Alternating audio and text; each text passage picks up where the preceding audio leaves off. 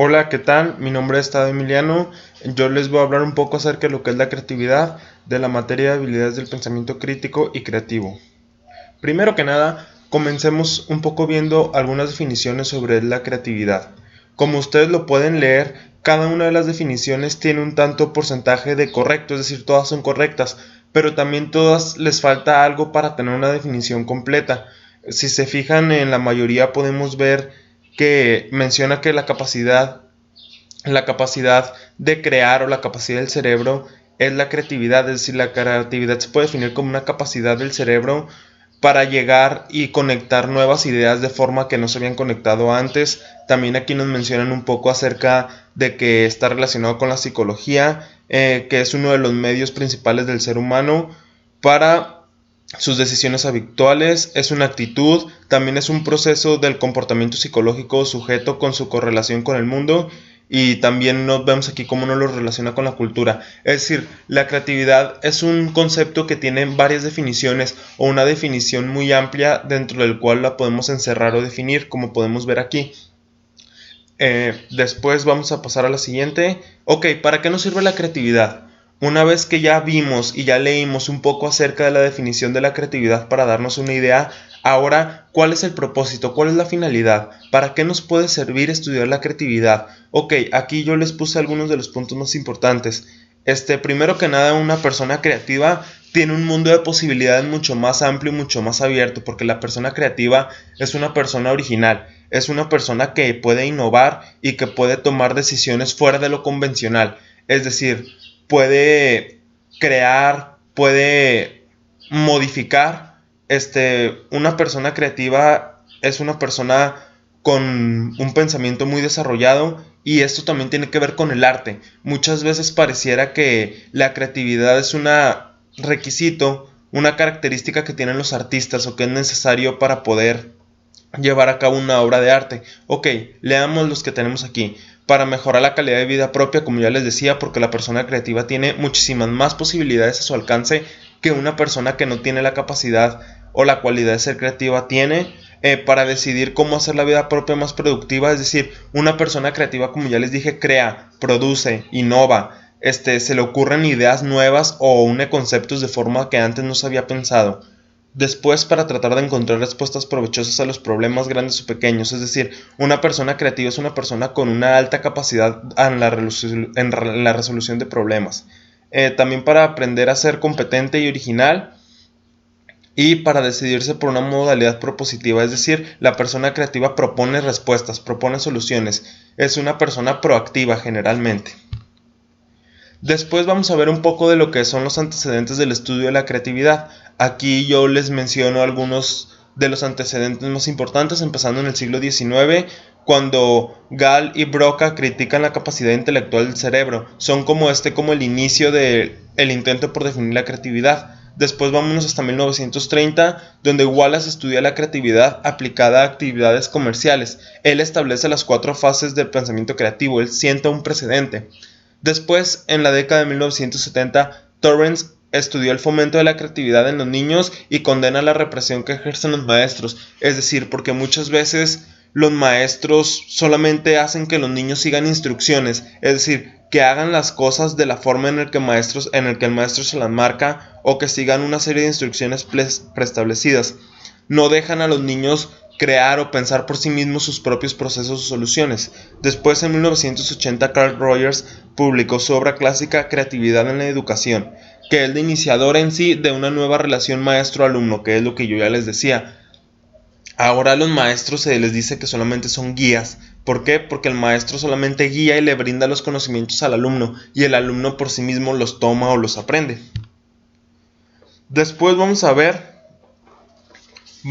y vamos a hablar un poco sobre lo que son los tipos y los niveles en la creatividad. Aquí, primero que nada, tenemos que identificar los tipos y niveles que tenemos. Ok, los tipos de la creatividad, el primero que tenemos aquí es la creatividad plástica. La creatividad plástica es aquella que se relaciona con las formas, colores, texturas, proporciones y volúmenes en las artes visuales, arquitectura, escultura, pintura y en algunas otras actividades relacionadas con los espacios. Después tenemos la fluente. La fluente es la de los sentimientos, los afectos y las actitudes. En ella predominan valores, anhelos y sueños, lo imaginativo, el simbolismo, el espíritu quimérico, lo religioso y lo místico. Después tenemos la creatividad filosófica, que en este tipo de creatividad puede florecer en la generalización del conocimiento e interpretación del mundo. Después tenemos la creatividad científica, que es aplicar el ingenio y el talento en la investigación de nuevos conocimientos. Es aprovechar las ocurrencias en cualquier fase del método y no solo en elaborar la hipótesis. Este te permite generar más opciones de solución. Después tenemos la creatividad inventiva, que es la aplicación talentosa de las ideas. Es la solución a los problemas en el quehacer ordinario, es decir, abarca todas las organizaciones y procesos que llegan a consultarse en los métodos. Esta es la que inventa soluciones, la que crea. Después tenemos la social, que es la creatividad en las relaciones humanas. Es la que genera las organizaciones e instrucciones a través de cuyo funcionamiento se optimiza la convivencia pacífica y proveedora entre los grupos de la sociedad. Ok, después de eso, una vez que ya sabemos los tipos y niveles de creatividad y vemos que no solamente es un tipo de creatividad, es decir, existen varios tipos que se aplican en varios campos de la vida cotidiana, como en resumen podemos ver la plástica que se aplica a crear, por ejemplo los escultores, los arquitectos. Después la fluente, que es esa de los sentimientos, es donde está lo místico, lo religioso, son toda esa parte del ser humano, la parte espiritual. La filosófica, que se encarga, no que se encargue, sino más bien es la creatividad que te permite interpretar el mundo, descubrir el mundo. La científica, que es la que te permite crear e innovar dentro de una investigación, no solo al elaborar la hipótesis, sino al proponer nuevos métodos para llevar a cabo una investigación, por ejemplo. Después la inventiva, que como ya lo mencioné, la inventiva es toda esa que se encarga de proponer soluciones en aspectos muy cotidianos de la vida, es la que se encarga de resolver esos aspectos muy cotidianos. Después la social, que tiene mucho que ver en nuestras relaciones interpersonales con las demás personas y cómo promover una convivencia pacífica. Ahora vamos a hablar un poco sobre las opiniones en los niveles de creatividad. ¿Qué es lo que tenemos primero? Ok, el primero que vemos aquí es el primer nivel o plano expresivo. ¿A qué se refiere?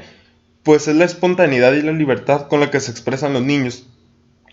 Un ejemplo de esto son los dibujos que elaboran los niños sin copiar ningún modelo, es decir, lo que sale de su imaginación. En el segundo nivel o plano productivo tenemos las personas que generan síntesis, por ejemplo en la comunicación oral o escrita, así como en las frases y oraciones. Ese es, por ejemplo, un ejemplo de eso. Después, en el tercer nivel o plano de las relaciones originales, aquí solo se requiere un buen talento de ejecución.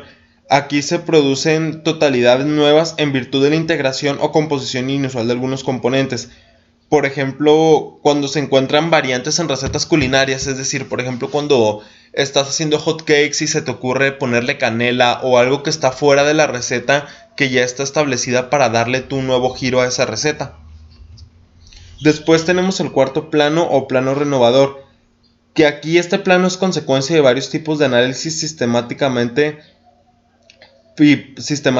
predecidos. A su vez, esta es una fase de recolección de la información. Por ejemplo, aquí trabajan y entran los diseñadores, los arquitectos, los filósofos y científicos. Después, en el quinto nivel o plano supremo, este nivel se considera que está reservado únicamente para los genios. En este solamente aparecen, por ejemplo, los generadores de paradigmas o revolucionarios del saber o revolucionarios en la práctica de algún campo. Estos serían los 5 niveles en la creatividad. Plano expresivo, que es el primer plano, la creatividad elemental, donde los niños, por ejemplo, plasman dibujos que se les ocurren. El segundo plano, que es el plano donde se encuentran las capacidades de síntesis en los escritos, por ejemplo, al proponer nuevas oraciones, nuevos conceptos. Después el tercer plano, que es el plano de las relaciones originales, por ejemplo en las recetas culinarias, como ya les mencioné, cuando se te ocurre darle un nuevo giro a una receta. El cuarto plano o plano renovador, que es aquí donde entran los diseñadores, los arquitectos, los filósofos, que es donde se juntan o se sintetizan nuevos conceptos o conocimientos. Y el quinto nivel o plano supremo es aquel donde están los genios, los revolucionarios del saber, del pensamiento.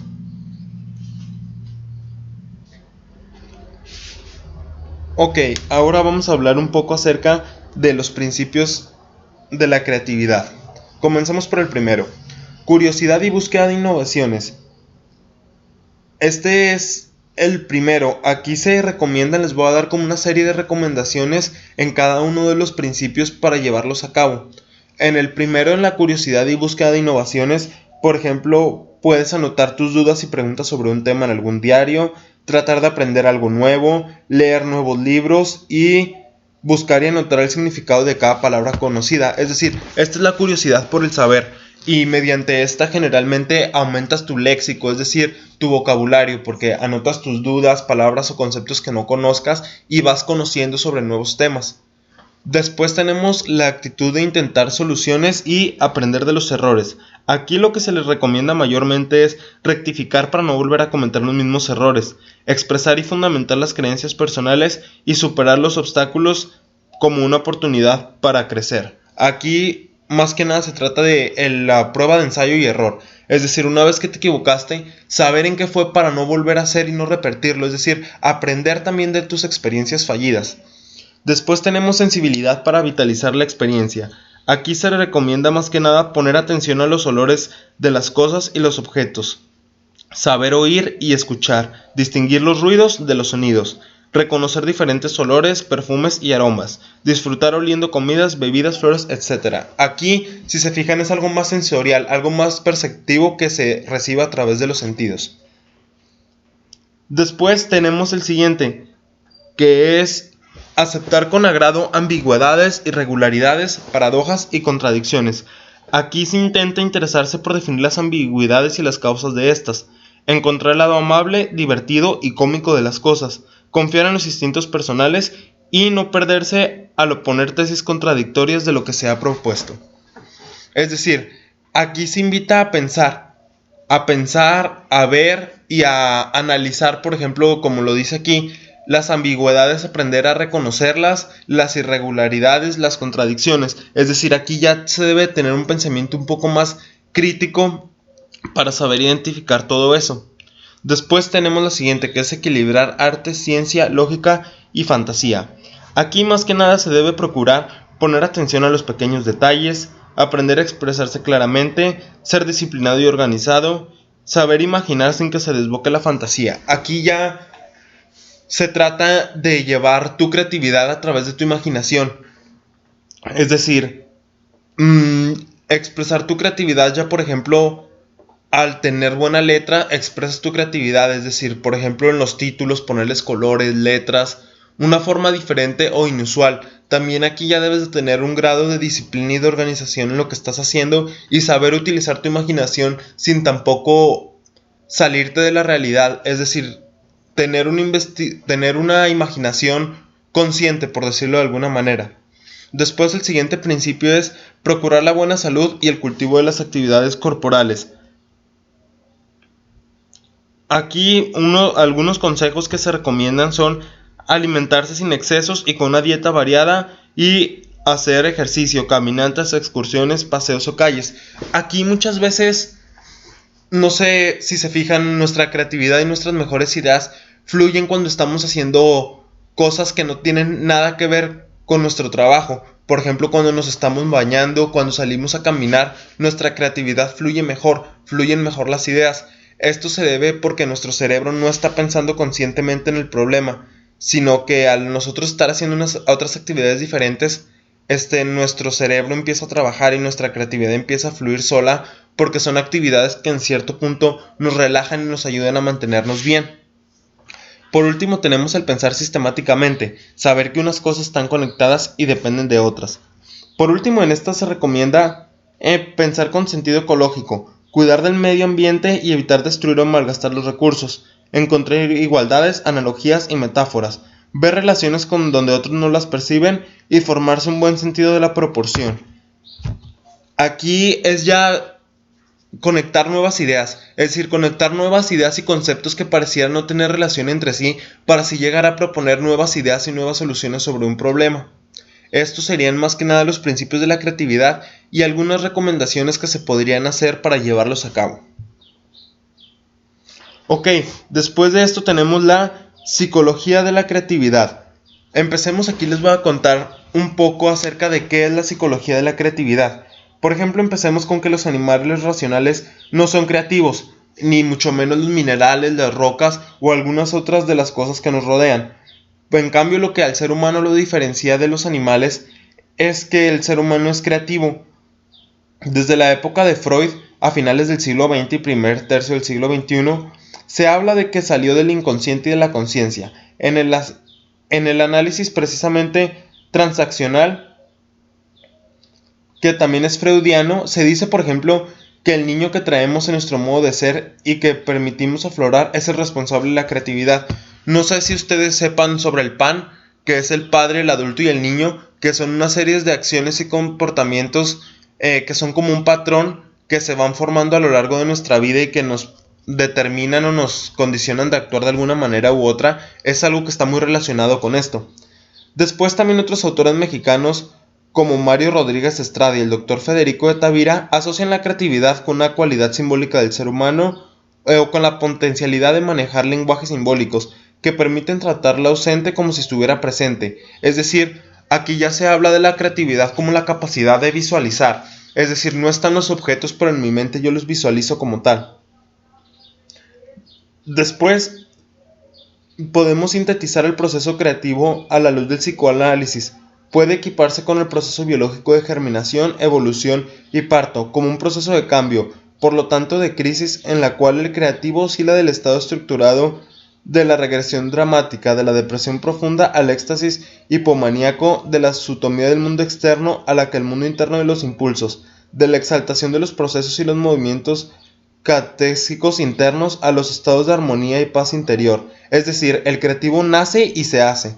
Para alcanzar un grado notable en este camino se requiere un potencial heredado y un equipamiento biológico normal, a lo que se le tiene que agregar una educación permisiva con un grado razonable de libertad, unas relaciones objetuales ricas, esto es, crecer entre los objetos que se puedan manipular y comprender, y la proximidad con personas creativas o artistas, y en el más completo de los casos, tener un entrenamiento especializado como el que tienen varios artistas. Por ejemplo, Leonardo da Vinci era un hombre con una creatividad notable. Es decir, el creativo nace y se hace. ¿Qué nos quiere decir con esto? Una persona creativa obviamente tiene capacidades natas, tiene capacidades de nacimiento, pero también debe de entrenar esa creatividad, debe de rodearse de personas creativas y debe dejársele tener una educación permisiva hasta cierto punto, donde el niño pueda crear y donde el niño pueda experimentar y pueda probar cosas nuevas para así estimular su creatividad desde una edad temprana. Y si eso lo unamos a sus capacidades natas, el niño puede llegar a ser una persona creativa y notable en este campo, donde ya se le tiene donde se sigue una educación más bien especializada para desarrollar su creatividad, puede ser una persona muy muy notable. A esto se le conoce como la psicología de la creatividad.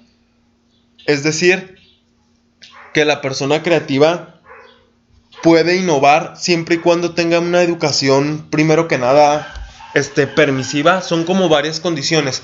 Primero son las capacidades natas, después, como ya les mencioné, una educación de hasta cierto punto permisiva.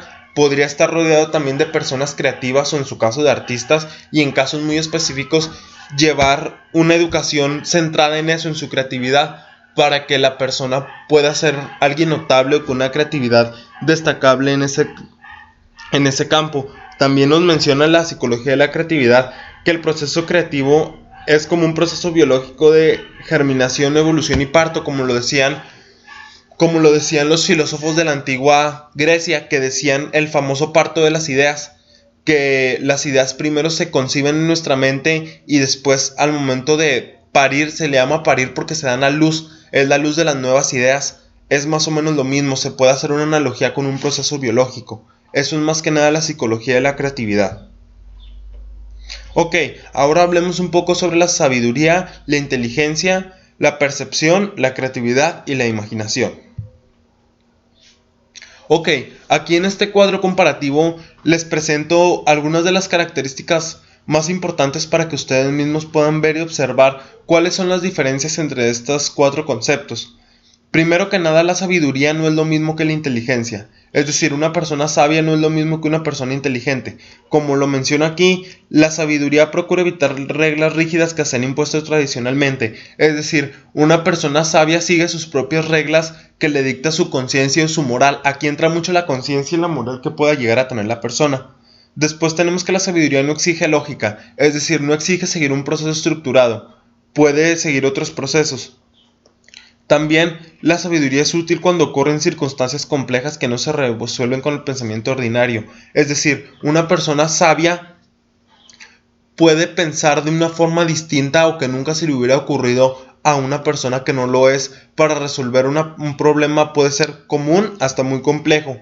Muchas veces pensamos que la sabiduría es algo que está relacionado con la edad, pero no es así. Una persona sabia no es necesariamente una persona inteligente, así como una persona de edad avanzada no necesariamente es una persona sabia. Podemos ver, por ejemplo, jóvenes o personas muy jóvenes que son muy sabias y adultos o personas inteligentes que pues de sabio no tienen nada, la verdad. Después aquí cabe resaltar que, como ya les mencioné, la sabiduría y la inteligencia no es lo mismo, ya que la inteligencia es una percepción menos amplia de la sabiduría. La inteligencia se limita a, con el conocimiento que ya tenemos, saberlo aplicar para la resolución de problemas, mientras que la sabiduría va más allá de la resolución de problemas. Es decir, una persona con sabiduría piensa, interpreta, analiza, forma sus propias reglas, sigue sus propias reglas, no sigue un pensamiento estructurado muchas de las veces, y muchas veces como encuentra respuestas a su vida cotidiana o a cuestiones emocionales, por ejemplo. Después tenemos la percepción. La percepción, como ya sabemos, es algo mucho más sensorial. La percepción tiene mucho que ver con los sentidos y que perciban los sentidos. Aquí, como lo menciono, es la forma en que se integra la información obtenida con procesos mentales anteriores y es determinada por las emociones. Es decir, la percepción se integra con la información que ya tenemos en nuestra mente, que se asocia con lo que percibimos con nuestros sentidos para llevar a nuevos conceptos. Después tenemos la imaginación, finalmente, que se le considera una función psíquica compleja. Es la que se encarga de producir imágenes. Puede ser voluntaria e involuntaria. Actúa en diferentes contextos. Ok, bueno, la imaginación es lo que ocurre, por ejemplo, cuando nos dicen lámpara y nosotros inmediatamente asociamos la palabra lámpara con un objeto en nuestra mente. Por eso se dice que es la encargada de producir imágenes. Puede ser voluntaria e involuntaria porque siempre estamos imaginando. Necesariamente siempre estamos imaginando y asociamos los conceptos que escuchamos con imágenes que ya tenemos previamente definidas en nuestro cerebro. Eso es más que nada la imaginación, es la asociación de conceptos con imágenes mentales que nosotros mismos nos formamos. Después tenemos orden o desorden para crear, que esta también es una pregunta muy interesante y que les hablaré un poco también sobre esto. Por ejemplo, sabemos para empezar que un mito muy difundido es el que el genio creador debe ser desordenado, sucio y que vive en medio de un caos, es decir, como si fuera un loco, como si fuera un científico loco, más que nada. Pero para responder honestamente a esto conviene citar a un autor que sabe mucho de este tema, que es un especialista, que es Mihaly Csikszentmihalyi, que en esta propone que el caos, por ejemplo, esto está muy relacionado, por lo que vamos a empezar definiendo primero qué es el caos para después poder resolver esta duda. Sabemos que el caos es una variación que muestra, no oculta, no tapa. El orden es, en comparación al caos, el orden es un poco más anticuado, y en el orden puede parecer más básicos. El caos podría darnos la impresión de parecer más joven y sofisticado. El caos parece sin reposo ni permanencia, es transitorio. Un sistema que anhela una estabilidad que parece no puede alcanzar. El caos, por ejemplo, aproxima unas cosas a otras con intenciones más funcionales que estéticas. Por ejemplo, no tiene tiempo para poner cada cosa en su lugar o tener un lugar para cada cosa, sino que más bien usa y pone de un lado para volver a usar en la próxima oportunidad. El caos es más informal, más amistoso. El orden, en cambio, es más normativo y más sano. El orden estructura el edificio, el objeto. El caos, en cambio, pues lo hace todo más práctico, simpático y espontáneo. Quizás por eso no son rectilíneas las extensiones naturales de los seres vivos, por ejemplo. Pero ¿hasta qué punto es conveniente permitir cierto desorden? Bueno, más que nada la medida que impone la productividad, los resultados positivos. Porque, por ejemplo, ¿de qué sirve tener un estudio en perfecto orden si no se produce nada en ella? Ese es un ejemplo como muy práctico y muy pragmático. Es innegable que el orden, la organización y la clasificación pueden facilitar el trabajo, pero estas, cuando se llevan al extremo, promueven cierta inmovilidad. Así como en la antigüedad se decía que la belleza era la unidad en la variedad, así quizá la productividad creativa combina el orden con un caos temporal. Es decir, para poder crear deben de coexistir ambas. Debe de existir orden y debe de existir caos. Porque el caos, como ya lo vimos, es más espontáneo. El caos es más joven y parece no llevar un orden, parece no ser rectilíneo. Sin embargo, también debemos de permanecer un orden, seguir como un proceso para llevar a cabo las cosas, sin caer en un extremo, porque como ya vimos y ya les acabo de decir, cuando cae en un orden extremo puede resultar una falta de productividad y falta de creatividad, porque se cae en una inmovilidad. Entonces, respondiendo a la pregunta de orden o desorden para crear, ambos son necesarios que coexistan para llevar a cabo el proceso creativo. Ok, finalmente, ¿cómo podemos evaluar la creatividad? Hay muchísimas formas de las cuales se puede evaluar la creatividad, pero aquí les presentaré una forma sencilla de cómo se le puede evaluar tomando en cuenta tres aspectos claves, que es la fluidez, flexibilidad y originalidad. Primero, ¿qué es la fluidez o en qué se centra la fluidez? La fluidez se centra en el número de ideas o enfoques, es la variedad de materiales o detalles. Es decir, en la fluidez se mide qué tantas ideas tienes y qué tan seguidas las tienes, o sea, qué tan seguido piensas de una manera creativa. Es la variedad de materiales y detalles que puedes llegar a unir. Después tenemos la flexibilidad, que es la habilidad para cambiar enfoques y puntos de vista, adaptarse, relacionar y usar diferentes líneas de pensamiento. Es decir, la flexibilidad es como esa capacidad de la mente de cohesionar diferentes conocimientos, conceptos, doctrinas para llegar a un conocimiento o algún saber determinado. Después tenemos la originalidad, que es el grado de convencionalidad en la idea, interpretaciones fuera de lo común, rareza en los elementos incorporados.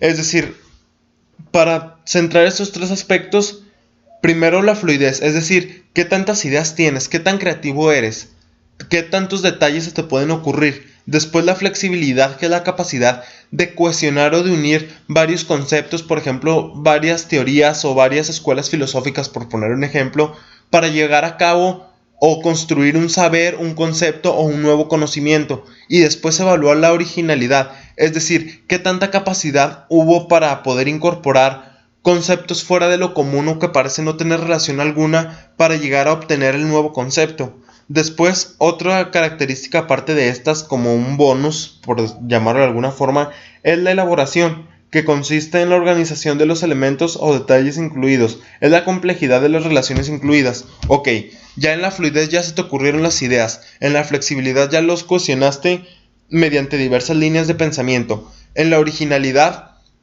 ya viste o ya evaluaste qué tan fuera de lo común son las relaciones que se te ocurrieron. Ahora, en la elaboración, que es este último y cuarto paso, qué tan bien organizados están los elementos y qué tan complejos son las relaciones que estableciste entre ellos. Esta es una de las tantas formas y quizás la más básica y la más práctica para poder llegar a evaluar la creatividad. Y con esto estaría terminando nuestro video. Muchas gracias por verme, ojalá y les haya gustado, ojalá y les haya servido, nos vemos en la próxima.